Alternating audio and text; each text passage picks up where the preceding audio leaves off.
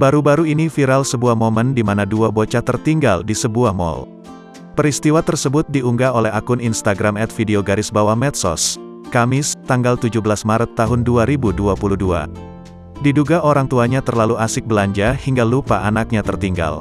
Asyik belanja lupa bawa anaknya, tulis keterangan unggahan, Jumat, tanggal 18 Maret tahun 2022.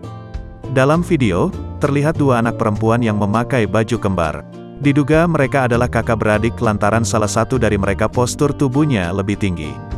Terlihat dua petugas keamanan menggendong bocah tersebut sembari mencari orang tua mereka. Sontak unggahan tersebut mendapat beragam komentar dari warganet.